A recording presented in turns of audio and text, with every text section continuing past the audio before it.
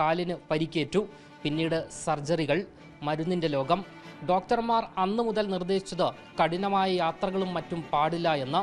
എന്നാൽ യാത്ര ലഹരിയാക്കിയ മാഷ് റിപ്പബ്ലിക് ദിനത്തിൽ കിളിമഞ്ചാരോയിൽ ഇന്ത്യൻ പതാക ഉയർത്തിയ കഥ നമ്മളോട് പറയുകയാണ്. കിളിമഞ്ചാരോ യാത്ര ചെയ്യാൻ പറ്റും, ആളുകൾക്ക് കയറാൻ പറ്റും. അപ്പോൾ ഇവൻ നടക്കാൻ പോലും പാടില്ല എന്നാണ്, പ്രോപ്പറായിട്ട് നടക്കാൻ പോലും. നമ്മുടെ ചില സ്വപ്നങ്ങൾ നമ്മൾ മറന്നാലും ദൈവം അത് മറക്കില്ല എന്നുള്ള രീതിയിൽ തന്നെ എനിക്ക് പിന്നീട് വീണ്ടും ഈ ഒരു ആഗ്രഹം ഇങ്ങനെ തോന്നിപ്പിച്ചു. Limit is just a perception എന്നുള്ളതാണ്. ഓക്കെ, അത് നിങ്ങൾ അംഗീകരിക്കാത്തിടത്തോളം കാലം അങ്ങനെ ഒരു ലിമിറ്റ് നിലനിൽക്കുന്നില്ല. ഏകദേശം ശരിക്കും പറഞ്ഞാൽ ഞങ്ങൾ ആ ദിവസം 24 മണിക്കൂർ ലിറ്ററലി നടക്കുകയായിരുന്നു. തൊട്ട് മുന്നിലുള്ള ആളുടെ കാല് മാത്രം നോക്കുക, ആളുടെ കാല് മൂവ് ചെയ്യുന്നതിനനുസരിച്ച് നമ്മളും മൂവ് ചെയ്യുക. നമുക്ക് ദൂരേക്ക് നോക്കിയിട്ടും കാര്യമില്ല, നമുക്കൊന്നും കാണാനായിട്ട് സാധിക്കില്ല. Pain is temporary and pride is for ever.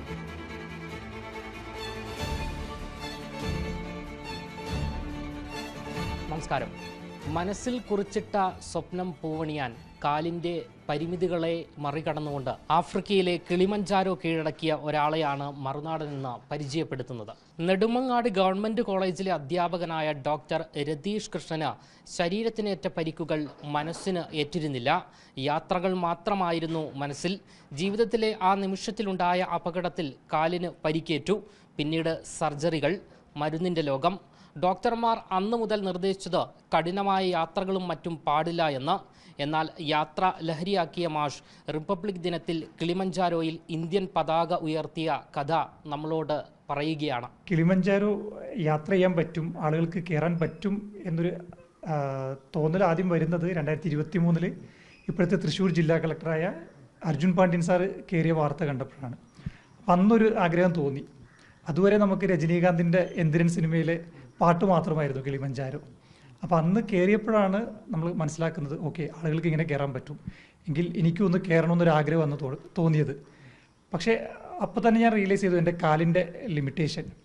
കാരണം കാല് ലിഗമെൻ്റ് ഇഞ്ചറി കഴിഞ്ഞു, പ്രോപ്പറായിട്ട് എനിക്ക് ഫിസ് ചെയ്യാൻ പറ്റുന്നുണ്ട്, സ്റ്റിൽ വീക്കാണ്.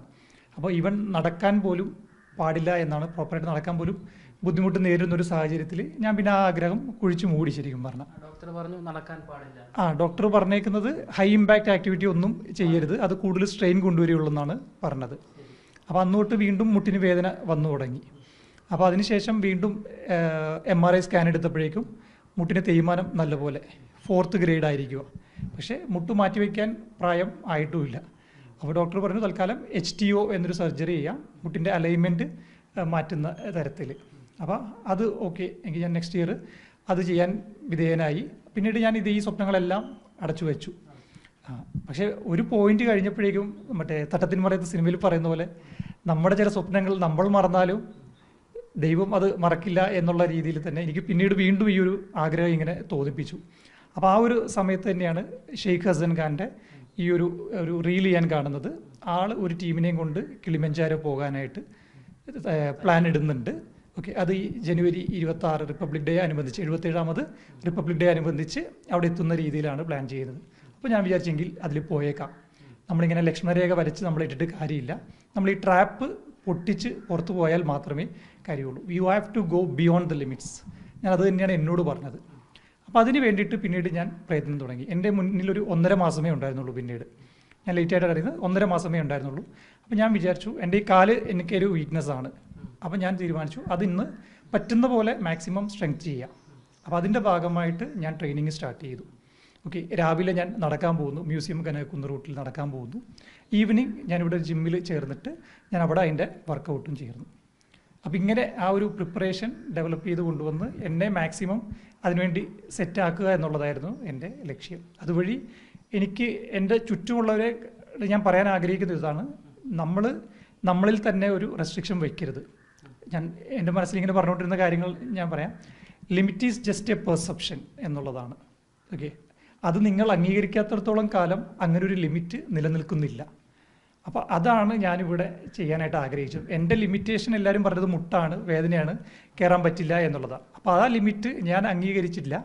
അതിന് പുറത്ത് കടന്ന് ഞാൻ ഈ വെല്ലുവിളി ഏറ്റെടുക്കുകയാണ് ചെയ്തത്.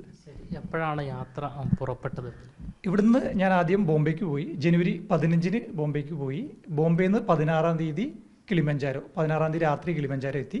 17-ാം തീയതി റെസ്റ്റും പിന്നെ നമ്മൾ അവിടുത്തെ ടീം വന്നിട്ട് നമ്മുടെ ഗിയർ ടെസ്റ്റിംഗ് എന്ന് പറയും. നമ്മുടെ കയ്യിലുള്ള എക്യുപ്മെൻറ്റ്സ് എല്ലാം പ്രോപ്പർ ആണോ, അത് മതിയോ, ഇല്ല എന്നുണ്ടെങ്കിൽ അവർ വന്നിട്ട് നമുക്ക് എക്സ്ട്രാ നമുക്ക് റെൻ്റ് എടുക്കാൻ പറയും. അപ്പോൾ അത് 17-ാം തീയതി ഉള്ളതുകൊണ്ട് 17-ാം തീയതി അതെല്ലാം കഴിഞ്ഞു. 18-ാം തീയതി മോർണിംഗ് ആയപ്പോഴേക്കും നമ്മൾ നമ്മുടെ യാത്ര സ്റ്റാർട്ട് ചെയ്തു. അപ്പോൾ ആദ്യം നമ്മൾ റെൻറ്റിന് പോയി സാധനങ്ങൾ എടുത്തു. കുറച്ച് എൻ്റെ കയ്യിൽ ഇല്ലായിരുന്നു സാധനങ്ങൾ, സബ്മിറ്റ് ജാക്കറ്റും സ്ലീപ്പിംഗ് ബാഗൊന്നും എൻ്റെ കയ്യിൽ ഇല്ലായിരുന്നു. അപ്പോൾ അത് പോയി റെൻ്റ് എടുത്തിട്ട് നമ്മളൊരു ഉച്ചയോടുകൂടി നമ്മുടെ ട്രെക്കിംഗ് സ്റ്റാർട്ട് ചെയ്തു. എത്ര പേരുണ്ടായിരുന്നു? ഞങ്ങൾ 8 പേരടങ്ങുന്ന ടീമാണ്. അതിൻ്റെ ലീഡർ ഷെയ്ഖ് ഹസൻ ഖാൻ, 7 സബ്മിറ്റ് ചെയ്ത, കേരളത്തിൽ നിന്ന് 7 സബ്മിറ്റ് ചെയ്ത എവറസ്റ്ററായിട്ടുള്ള ഷെയ്ഖ് ഹസൻ ഖാൻ ആയിരുന്നു എൻ്റെ ലീഡർ. ഒരേ സമയം എല്ലാവരും കയറി? അതെ, 8 പേരും നമ്മൾ ഒരുമിച്ചാണ് കയറുന്നത്, നമ്മളൊരു ടീമായിട്ട്. നമ്മൾ 8 പേരും പിന്നെ നമ്മളെ സഹായിക്കാനും നമ്മുടെ പോർട്ടേഴ്സായിട്ടും എല്ലാം അവിടെ ഒരു 30+ ആൾക്കാർ നമ്മുടെ ഒരു ഗൈഡ് പോലെയും നമ്മുടെ സാധനങ്ങൾ കൊണ്ടുപോകാനും എല്ലാ കാര്യങ്ങൾക്കും ഉണ്ടാകുമായിരുന്നു. യാത്രയിലുണ്ടായൊരു എക്സ്പീരിയൻസ് എന്താണ്? യാത്രയിലുണ്ടായിരുന്ന എക്സ്പീരിയൻസ് പറഞ്ഞാൽ നമ്മൾ ആദ്യത്തെ ഒരു ദിവസം എന്ന് പറഞ്ഞാൽ നമ്മളൊരു റെയിൻ ഫോറസ്റ്റിലൂടെയാണ് പോകുന്നത്. ഓക്കെ, അതിനുശേഷം പിന്നെ ഒരു ബുഷി ആയിട്ടുള്ളൊരു ഏരിയ, മൂർലാൻഡ് എന്ന് പറയും നമ്മൾ, അങ്ങനെ ഒരു ഏരിയയിലൂടെ. പിന്നീട് ഗൈഡുമാർ നമ്മളോട് പറയും from 3rd day you can feel the mountains എന്നാണ് പറയുന്നത്. അത് പറയാൻ വേറൊന്നുമില്ല, കാരണം 3-ാമത്തെ ദിവസം തൊട്ടാണ് നമുക്ക് ഈ ഓൾട്ടിറ്റ്യൂഡ് കൂടിക്കൊണ്ടിരിക്കും. അപ്പോൾ ഓൾട്ടിറ്റ്യൂഡ് കൂടുമ്പോൾ ഓക്സിജൻ്റെ ലഭ്യത കുറവ് വരും. അപ്പോൾ അതുമായി ബന്ധപ്പെട്ട് നമുക്ക് ക്ഷീണം, തലവേദന, ചിലർക്ക് ഛർദിൽ, അങ്ങനെ എല്ലാ പ്രശ്നങ്ങളും വരും.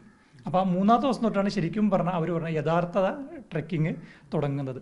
ഞങ്ങൾ സെലക്ട് ചെയ്ത റൂട്ട്, പല റൂട്ടുകളുണ്ട്. അതിൽ നമ്മൾ സെലക്ട് ചെയ്ത റൂട്ട് മച്ചാമേ റൂട്ട് എന്ന് വിളിക്കും. അതിനെ തന്നെ വിസ്കി റൂട്ട് എന്നും വിളിക്കാറുണ്ട് ഇവർ. ഓക്കെ, 7 ദിവസം അല്ലെങ്കിൽ 6 ദിവസം നീണ്ടു നിൽക്കുന്നതാണ് ഈ റൂട്ട്. ഞങ്ങൾ പ്ലാൻ ചെയ്തത് 7 ദിവസം കൊണ്ട് ട്രെക്ക് കയറി വരാം എന്നുള്ളതാണ്. പക്ഷെ ഞങ്ങൾ അതിൽ ഏറ്റവും അച്ചീവ്മെൻ്റ് എന്ന് പറയുന്നത് ഞങ്ങളുടെ ടീമിൻ്റെ, ഞങ്ങൾ 6 ദിവസം കൊണ്ട് തീർത്ത് ഞങ്ങൾ 6ാമത്തെ ദിവസം രാത്രി റൂമിലെത്തി. അതിലേറ്റവും സവിശേഷമായ കാര്യം എന്ന് പറഞ്ഞാൽ ഏറ്റവും മെമ്മറബിൾ, ചോദിച്ച പോലെ ഏറ്റവും മെമ്മറബിൾ എന്ന് പറയുന്നത് സബ്മിറ്റ് ഡേ ആണ്. അതായത് നമ്മൾ ഏറ്റവും മുകളിലേക്ക് കയറുന്ന ദിവസം, അതെന്ന് പറഞ്ഞാൽ 5th ഡേ നൈറ്റ് നമ്മൾ സ്റ്റാർട്ട് ചെയ്യും. ഞങ്ങൾ പതുക്കെ നടക്കുന്നത്, അതിൽ സ്വാഹിലി ലാംഗ്വേജിൽ അവർ പറയണത് പോലെ എന്നാണ്. ഞങ്ങൾ തീരെ അക്ലിമറ്റൈസ് ആകാൻ വേണ്ടിയിട്ടാണ്, ഈ ഓൾട്ടിറ്റ്യൂഡിന് നമ്മുടെ ശരീരം അഡാപ്റ്റ് ആകാൻ വേണ്ടിയിട്ട്. അപ്പോൾ ഞങ്ങളതുകൊണ്ട് തലേദിവസം 5-ാം തീയതി രാത്രി 10:30 നമ്മൾ സ്റ്റാർട്ട് ചെയ്തു. രാവിലെ ഏകദേശം ഒരു 8 മണിയായപ്പോൾ നമ്മൾ ഉഹുരു പീക്ക്, അതായത് ഏറ്റവും പീക്കിൽ നമ്മൾ എത്തി. അവിടെ വെച്ച് നമ്മൾ നമ്മുടെ ഇന്ത്യൻ പതാക നമ്മൾ ടീമായിട്ടും നമ്മൾ ഇൻഡിവിജ്വലായിട്ടും അവിടെ ഉയർത്തി നമ്മൾ കുറച്ച് ഫോട്ടോയൊക്കെ എടുത്തിട്ട് നമ്മൾ അന്ന് തന്നെ നേരെ റൂമിലേക്ക് ഇറങ്ങാമെന്ന് തീരുമാനിക്കുകയാണ് ഉണ്ടായത്.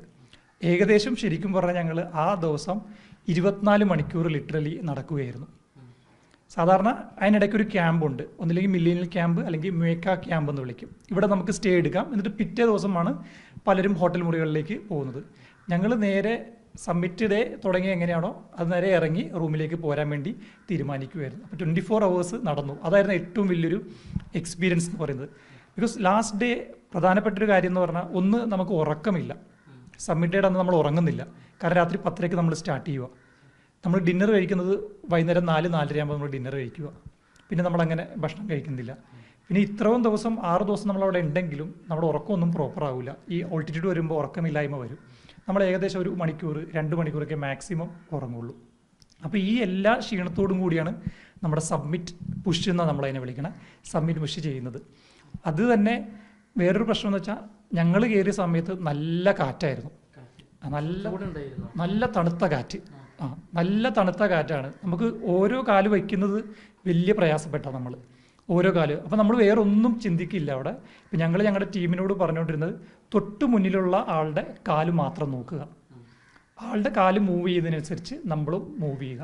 നമുക്ക് ദൂരേക്ക് നോക്കിയിട്ടും കാര്യമില്ല, നമുക്കൊന്നും കാണാനായിട്ട് സാധിക്കില്ല. അപ്പം ഞങ്ങൾ പറഞ്ഞുകൊണ്ടിരുന്നത് 1 step at a time. നിങ്ങൾ ആ മുന്നിലേക്ക് വയ്ക്കുന്ന ഒരു കാല് മാത്രം നിങ്ങൾ ശ്രദ്ധിച്ചാൽ മാത്രം മതി. അത് കറക്റ്റായിട്ട് വെച്ച് മുന്നോട്ട് പോവുക. തളരുമ്പോൾ പറയുക നമുക്ക് 2 മിനിറ്റോ 5 മിനിറ്റോ റെസ്റ്റ് എടുക്കാം, പക്ഷേ വി വിൽ ഗോ ഫോർവേഡ് എന്നുള്ളതാണ് ഞങ്ങൾ പറഞ്ഞുകൊണ്ടിരുന്നത്. ആൻഡ് ഇടയ്ക്ക് ഞാൻ എപ്പോഴും എൻ്റെ ടീമിൽ പറഞ്ഞുകൊണ്ടിരുന്ന ഒരു വാക്യവും കൂടിയുണ്ട്, pain is temporary and pride is for ever. കാരണം നമ്മൾക്ക് ഈ എൻ്റെ പ്രിപ്പറേഷൻ ജേണിയിലാണെങ്കിലും നമുക്ക് ഈ ട്രെക്കിംഗ് ജേണിയിലാണെങ്കിലും നമുക്ക് പലപ്പോഴും വേദന വരും, കാല് ബുദ്ധിമുട്ട് വരും, തലവേദന വരും, ക്ഷീണം വരും, പലതരത്തിലുള്ള ബുദ്ധിമുട്ടുണ്ടാവും. അപ്പോഴെല്ലാം നമ്മൾ ടീമിൽ പറഞ്ഞുകൊണ്ടിരുന്നത് pain is temporary and pride is for ever. നമ്മളിത് കയറിക്കഴിഞ്ഞ് കഴിഞ്ഞാൽ നമുക്ക് കിട്ടുന്ന നമ്മളിൽ തന്നെയുള്ളൊരു വിശ്വാസമുണ്ട് നമുക്ക് ചെയ്യാൻ പറ്റുന്നതായിട്ട്. കാരണം നമ്മൾ കംഫർട്ട് സോണിൻ്റെ അപ്പുറം പോവുകയാണ്. ഓക്കെ, അപ്പോൾ അത് ആണ് ശരിക്കും പറഞ്ഞാൽ ഞങ്ങളെ മുന്നോട്ട് നയിച്ച, ഞാൻ ഇടയ്ക്കിടയ്ക്കില്ല എൻ്റെ സബ്മിറ്റയിൽ ഞാൻ ഇടയ്ക്കിടയ്ക്ക് അത് മനസ്സിലേക്ക് പറയുമായിരുന്നു. അതായത് എനിക്ക് പറ്റില്ല എന്ന് തോന്നിയിട്ടേ ഇല്ല, അതൊരിക്കലും തോന്നിയിട്ടില്ല, പറ്റില്ല എന്നുള്ളത് തോന്നിയിട്ടില്ല. One step at A time നമ്മളിങ്ങനെ പോയി അപ്പോൾ നമ്മൾ എത്താൻ പറ്റും എന്നുള്ളത് തന്നെയായിരുന്നു. ഈവൻ അവിടുത്തെ ഗൈഡുമാർ പോലും ലാസ്റ്റ് ഡേ സബ്മിറ്റ് ആയപ്പോഴേക്കും നമ്മുടെ ടീമിനോട് പറഞ്ഞതാണ്, നിങ്ങളെല്ലാവരും കയറും എന്ന് തന്നെയാണ് നമ്മളോട് പറഞ്ഞത്. കാലിന് വേദന ഉണ്ടായിരുന്നോ? ഇല്ല, കാലിൽ ഞാൻ നല്ല കോൺഷ്യസ് ആയിരുന്നു. അപ്പോൾ അതിൽ നമുക്ക് 4th ഡേ ഒരു ബാരങ്കോ വാൾ എന്ന് പറഞ്ഞ് നമ്മൾക്ക് പാറയിൽ പിടിച്ച് നമ്മൾ കയറേണ്ടതായിട്ടുണ്ട്. അതാണ് പൊതുവേ ഞാനിവിടെ കൂടുതൽ ഇങ്ങനെ റിസർച്ച് ചെയ്തപ്പോൾ വായിച്ചപ്പോഴും വീഡിയോസൊക്കെ കാണുമ്പോഴും ഏറെ ബുദ്ധിമുട്ടുള്ളതായിട്ട് പറഞ്ഞത്.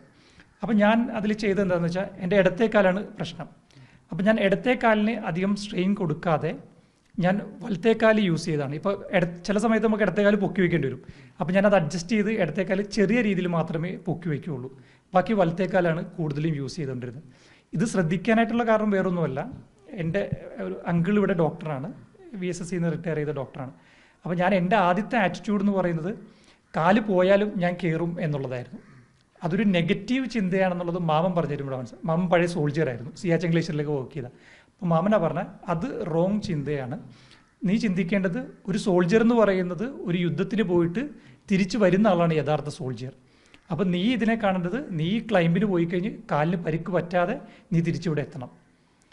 അത് എനിക്ക് ഒരു പുതിയൊരു തിരിച്ചറിവായിരുന്നു. അപ്പോൾ അതിനുശേഷം ഞാൻ ഓരോ സ്റ്റെപ്പ് വയ്ക്കുമ്പോഴും ഇതിന് സ്ട്രെയിൻ വരാത്ത രീതിയിൽ എല്ലാം ശ്രദ്ധിച്ചാണ് പോയത്. ഈവൻ ഞാൻ നീ ക്യാപ്പ് 2 കൺസിഡർ ചെയ്തിട്ടുണ്ടായിരുന്നു വേദന വരുവാണെങ്കിൽ ഇടാൻ വേണ്ടിയിട്ട്, പക്ഷെ അത് ഉപയോഗിച്ചതേ ഇല്ല.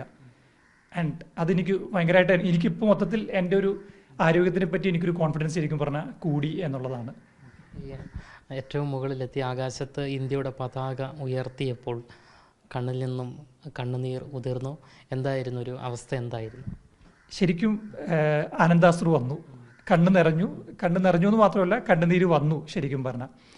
അത് മെയിനായിട്ട് അതിൻ്റെ പ്രധാനപ്പെട്ട കാരണം ഞാൻ പറഞ്ഞില്ലേ, കുറേ പേര് ഇത് എന്നെക്കൊണ്ട് പറ്റുമോ എന്ന് സംശയിച്ചവരുണ്ട്, എൻ്റെ ഈ കാലിൻ്റെ പ്രശ്നം പ്രധാനമായിട്ടുള്ളത് കൊണ്ട്. അപ്പോൾ എനിക്കൊരു വിശ്വാസം ഉണ്ടായിരുന്നു ഞാനിത് നേടും എന്നുള്ളത്. അപ്പോൾ അത് എൻ്റെ വിശ്വാസം ശരിയായിരുന്നു, എൻ്റെ തോട്ട്സ് കറക്റ്റായിരുന്നു, എൻ്റെ തീരുമാനം ശരിയായിരുന്നു എന്നുള്ളതിൻ്റെ ആ ഒരു റിയാക്ഷനാണ് ശരിക്കും ആ കണ്ണുനീരിൽ ഞാൻ അതിനെ കാണുന്നത്. ഓക്കെ, അപ്പോൾ അത് നമ്മൾ യാത്ര തുടരുമ്പോൾ തന്നെ നമ്മൾ ഏറ്റവും മുകളിൽ ചെന്ന് ഇന്ത്യൻ പതാക അവിടെ നമ്മുടെ നെഞ്ചോട് ചേർത്ത് നമുക്ക് പിടിക്കണം എന്നുള്ളത് ഒരാഗ്രഹം തന്നെയായിരുന്നു. അവിടെ ചെന്ന് അത് പിടിച്ചപ്പോൾ ശരിക്കും ഈ പറഞ്ഞ പോലെ കണ്ണുനീര് വന്നു. അത് വേറൊന്നും കൊണ്ടല്ല, നമുക്ക് ചെയ്യാൻ പറ്റില്ല എന്ന് പറഞ്ഞെടുത്ത് നമ്മൾ ചെയ്ത് കാണിച്ചു എന്നുള്ളതിൻ്റെ ഒരു വിശ്വാസവും ഒരു സന്തോഷവും, അങ്ങനെ ഒരു മിക്സഡ് ഫീലിംഗ് ആയിരുന്നു ശരിക്കും. യാത്രയ്ക്ക് മുൻപേ ആരെങ്കിലും പറഞ്ഞിരുന്നോ നീ പോകേണ്ട, ഈ വയ്യാത്ത കാലം കൊണ്ട് പോകേണ്ട ആവശ്യമുണ്ടോ? അങ്ങനെ ആരെങ്കിലും പറഞ്ഞിരുന്നോ? എന്നോട് നേരിട്ട് പറഞ്ഞിട്ടില്ലെങ്കിലും ആരൊക്കെയോ പറയുന്നുണ്ടായിരുന്നു. കാരണം എന്നോട് പൊതുവെ അങ്ങനെ ആരും വന്ന് ഓപ്പോസിറ്റായിട്ട് പറയില്ല, കാരണം ഞാൻ തിരിച്ച് ആ രീതി തന്നെ റിയാക്ട് ചെയ്യുന്ന ഒരാളാണ്. അപ്പം അങ്ങനെ പറഞ്ഞാൽ ഞാനത് വിശ്വസിക്കാത്ത ഒരാളാണ്. എൻ്റെ ഇത്രയും നാളത്തെ ജീവിതത്തിലും ഞാൻ എൻ്റെ മനസ്സ് എന്തു പറയുന്നു അതനുസരിച്ച് തന്നെ മുന്നോട്ട് പോകുന്ന ഒരാളാണ്. ജീവിതത്തിൽ ഞാൻ എല്ലാ കാര്യങ്ങളും ചെയ്തിട്ടുള്ളത് അത് തന്നെയാണ്. ആൻഡ് ഞാനൊരു തീരുമാനം എടുക്കും, ആ തീരുമാനം ശരിയാണെന്ന് ഞാൻ തെളിയിക്കും പിന്നീട്. എൻ്റെ ജീവിതം ഇതുവരെ അങ്ങനെയാണ് മുന്നോട്ട് പോയിക്കൊണ്ടിരുന്നത്. അപ്പോൾ ഇതിലും ഞാൻ അത് തന്നെയാണ് കൈക്കൊണ്ട ഒരു സ്ട്രാറ്റജി എന്ന് പറയുന്നത്. വൺസ് ഐ ഡിസൈഡഡ്, ഞാൻ അതിന് വേണ്ട എഫേർട്ട് ഫുൾ ഇട്ടു എന്നുള്ളതാണ്. കാരണം പ്രാക്ടീസ് ഫീൽഡ് നല്ല രീതിയിൽ നമ്മൾ ചെയ്തു കഴിഞ്ഞാൽ നമുക്ക് ശരിക്കുള്ള സ്ഥലത്ത് നമ്മളധികം ബുദ്ധിമുട്ടില്ല എന്നുള്ളൊരു ചിന്തയാണ് ട്രെയിനിങ്ങിൽ എന്നെ നല്ല രീതിയിൽ മുന്നോട്ട് കൊണ്ടുപോകാൻ സഹായിച്ചത്. നിലവിൽ ടീച്ചറാണ്, എവിടെയാണ് വർക്ക് ചെയ്യുന്നത്? ഓക്കെ, നിലവിൽ ഞാൻ ഗവൺമെൻറ് കോളേജിലെ അധ്യാപകനാണ്. നെടുമങ്ങാട് പറയും, ഗവൺമെൻറ് കോളേജ് നെടുമങ്ങാട്. അവിടുത്തെ എക്കണോമിക്സ് ഡിപ്പാർട്ട്മെൻറ്റിലെ അധ്യാപകനായിരുന്നു. ഇപ്പോൾ ഞാൻ ഒരു 2 years ലീവ് എടുത്തേക്കുവാണ്. ഇപ്പോൾ ഇങ്ങനെ ലൈഫ് ഇങ്ങനെ എക്സ്പ്ലോർ ചെയ്തുകൊണ്ടിരിക്കുന്നു. ഓക്കെ, അപ്പോൾ ഇങ്ങനെ യാത്രകളും പിന്നെ അതിനോടൊപ്പം കുറച്ച് കുട്ടികളെ ഇങ്ങനെ എക്കണോമിക്സുമായി ബന്ധപ്പെട്ട് പരീക്ഷകൾക്ക് ഇങ്ങനെ മെൻറ്റർ ചെയ്യുന്നുണ്ട്. യാത്രയ്ക്ക് ശേഷം കാലിൻ്റെ അവസ്ഥ എന്താണ്? ഇല്ല, യാത്രയ്ക്ക് ശേഷം ഇപ്പോൾ ഇതുവരെ കാലിന് പ്രശ്നമൊന്നുമില്ല, കാൽമുട്ടിന് സ്റ്റേബിളാണ് എന്നുള്ളത് വളരെയധികം സന്തോഷമുണ്ട്. പിന്നെ നമുക്ക് യൂഷ്വലി മസിൽ സ്ട്രെയിൻ വരും, അതെല്ലാവർക്കും ഉണ്ടാവും. അതല്ലാതെ കാൽമുട്ടിനായിട്ട് പ്രശ്നമൊന്നും വന്നില്ല. പക്ഷേ മാർച്ച് എൻഡിൽ ഒരു സർജറിയും കൂടിയുണ്ട്. ഇപ്പോൾ കാലിൽ കമ്പി ഇട്ടിട്ടുണ്ട്, അപ്പോൾ ആ കമ്പി റിമൂവ് ചെയ്യണം. അപ്പോൾ അത് മാർച്ച് എൻഡിലായിരിക്കും മിക്കവാറും ചെയ്യുക. അത് കഴിഞ്ഞൊരു 2-3 weeks റെസ്റ്റ് വേണ്ടി വരും. അപ്പോൾ ഒരു കാലിൽ ഇടത്തെ കാലിൽ കമ്പി ഇട്ടിട്ടുണ്ട്. അത് റിമൂവ് ചെയ്ത് കഴിഞ്ഞാൽ ഏറെക്കുറെ അല്ല പൂർണ്ണമായും ഒരു വലിയ യാത്രയൊക്കെ ആഗ്രഹമുണ്ട്. അങ്ങനെ ഓരോന്നിങ്ങനെ ചെയ്ത് വരാമെന്ന് പറയുന്നു. ഇപ്പോൾ 7 സബ്മിറ്റ് എന്നൊക്കെ നമ്മൾ പറയും. എന്ന് വെച്ചാൽ 7 ഭൂഖണ്ഡങ്ങളിലെ ഏറ്റവും വലിയ കൊടുമുടികളെയാണ് നമ്മൾ കയറുന്നവരെയാണ് 7 സബ്മിറ്റർ എന്ന് വിളിക്കുന്നത്. നമ്മുടെ ഷെയ്ഖ് ഹസൻ ഖാൻ അത് ചെയ്ത ആളാണ്. അപ്പോൾ അങ്ങനെയൊക്കെ ഭാവിയിൽ ആഗ്രഹമുണ്ട്. പിന്നെ നല്ല കാശിയിലുള്ള പരിപാടിയാണ്. പ്രൊവൈഡഡ് നമുക്ക് ആ സാമ്പത്തിക സ്ഥിതിയും അല്ലെങ്കിൽ സ്പോൺസർഷിപ്പ് കിട്ടുവാണെങ്കിൽ ചെയ്യണമെന്നും ആഗ്രഹമുണ്ട്. അടുത്ത ലക്ഷ്യം അതാണോ? അടുത്ത ലക്ഷ്യം അതിൽ ഓരോന്നിങ്ങനെ ചെയ്യണമെന്ന് എനിക്ക് നേരത്തെ ആ ആഗ്രഹമില്ലായിരുന്നു. അപ്പോൾ ഈ യാത്രയ്ക്ക് പോയപ്പോഴാണ് ഇതിനെക്കുറിച്ച് കൂടുതൽ ഷെയ്ഖ് ഹസനോടും കൂടെയുള്ള ടീമിനോടൊക്കെ സംസാരിച്ചപ്പോഴാണ് കൂടുതൽ അറിവ് കിട്ടിയത്. അപ്പോൾ എനിക്ക് തോന്നി ഈ നമ്മുടെ സന്തോഷ് ജോർജ് കുളങ്ങര സാർ എപ്പോഴും പറയുന്ന പോലെ നമ്മൾ വീട്ടിലിരുന്ന് ചിന്തിക്കുന്ന പോലെയല്ല നമ്മളൊരു വേറെ സ്ഥലങ്ങളിൽ വേറെ നാടുകളിൽ നമ്മൾ ചെല്ലുമ്പോൾ നമ്മൾ ചിന്തിക്കുന്നത്. അത് ശരിയാണെന്ന് എനിക്ക് തോന്നി. കാരണം ഞാൻ കിളിമഞ്ചാരോ പോലെയുള്ള ഉയർന്ന സ്ഥലങ്ങളിൽ ചെന്ന് ചിന്തിച്ചപ്പോൾ എൻ്റെ സ്വപ്നങ്ങൾ കുറച്ചും കൂടെ ഉയർന്നു എന്നെനിക്ക് തോന്നി. അപ്പോൾ ഈ ഓരോ സബ്മിറ്റുകളും ഇങ്ങനെ ചെയ്യണമെന്ന് ഇപ്പോൾ ഒരു ആഗ്രഹം വന്നിട്ടുണ്ട്. അടുത്തൊരു ലക്ഷ്യം പതുക്കെ അത് ചെയ്യണം എന്നുള്ളതാണ്. ഞങ്ങൾ 8 പേര് അടങ്ങുന്നൊരു ടീമാണ് ഇവിടുന്ന് പോയത്. അതിൽ ലീഡർ ഷെയ്ഖ് ഹസൻ ഖാൻ, പിന്നെ രാജേഷ് എന്നൊരു ചേട്ടനുണ്ടായിരുന്നു, പിന്നെ രാജിമോൾ, പിന്നെ ഹുസൈഫ്, പിന്നെ ടോം, അഞ്ജു, അജയ്. ഞങ്ങളിങ്ങനെ 8 പേരടങ്ങുന്നൊരു സംഘമാണ് പോയത്. അപ്പോൾ ഇതിലേറ്റവും ഒരു ചലഞ്ചിങ് പാർട്ട് വേറൊരാൾക്കും കൂടി ഒരു ചലഞ്ചിങ് പാർട്ടുണ്ടായിരുന്നു. അത് അഞ്ജു എന്ന് പറഞ്ഞ അവർ UK വർക്ക് ചെയ്യുന്നതാണ്, ഫ്രം കണ്ണൂർ. അപ്പോൾ ആൾ നമ്മുടെ സബ്മിറ്റ് ഡേയുടെ അന്ന് ആളുടെ കണ്ണ് നമ്മുടെ ഈ ഹൈറ്റ് ഓൾട്ടിറ്റ്യൂഡിൻ്റെ ഒരു പ്രശ്നം വന്ന് ഹൈ ഓൾട്ടിറ്റ്യൂഡ് എഡിമ അങ്ങനെ എന്തോ ആണെന്ന് അതിൻ്റെ എക്സാക്റ്റ് ഓർക്കുന്നില്ല. കണ്ണ് ബ്ലേഡായി. അപ്പോൾ കണ്ണിൻ്റെ കാഴ്ച ഓൾമോസ്റ്റ് പോയ പോലെ തന്നെയായിരുന്നു. ഹൈറ്റിൻ്റെ ഇഷ്യൂ ഉണ്ട്. എന്നിട്ട് ആളെ പിടിച്ചാണ് നമ്മൾ, ആളുടെ ഹസ്ബൻഡ് കൂടെ ഉണ്ടായിരുന്നു, പിന്നെ നമ്മുടെ ഗൈഡും കൂടെ ചേർന്നാണ് ആളെ നമ്മൾ ഏറ്റവും ടോപ്പിലേക്ക് എത്തിച്ചത്. മനസ്സു തളർന്ന് 4 ചുവരുകൾക്കുള്ളിൽ കഴിയുന്ന പലർക്കും ഒരു പ്രചോദനമാണ് രതീഷ് മാഷ്. കാലിലെ കമ്പി അഴിച്ചതിന് ശേഷം ഇനിയും യാത്രകൾ ചെയ്യാനുള്ള തയ്യാറെടുപ്പിലാണ് അദ്ദേഹം. ക്യാമറമാൻ അഖിൽ അശോകിനൊപ്പം അമൽ രുദ്ര, മറുനാടൻ മലയാളി, തിരുവനന്തപുരം.